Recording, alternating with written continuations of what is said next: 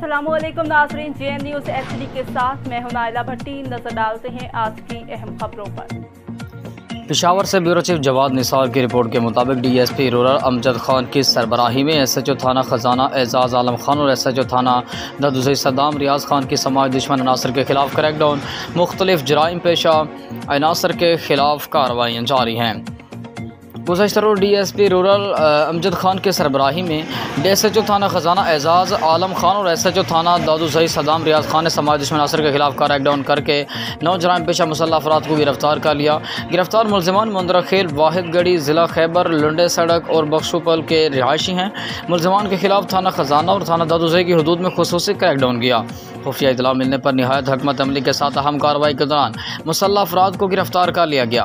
कार्रवाई के दौरान मुलज़िमान के कब्जे से 2 अदद किलाशनकोफ, 1 कालाकोफ, 6 अदद पिस्तौल, मुतअद्दिद मैगजीन्स और सैकड़ों अदद मुख्तलिफ बोर के कारतूस भी बरामद कर लिए गए हैं, जिनके खिलाफ मुकदमा दर्ज करके मुख्तलिफ ज़ावियों पर तफ्तीश शुरू कर दी गई है।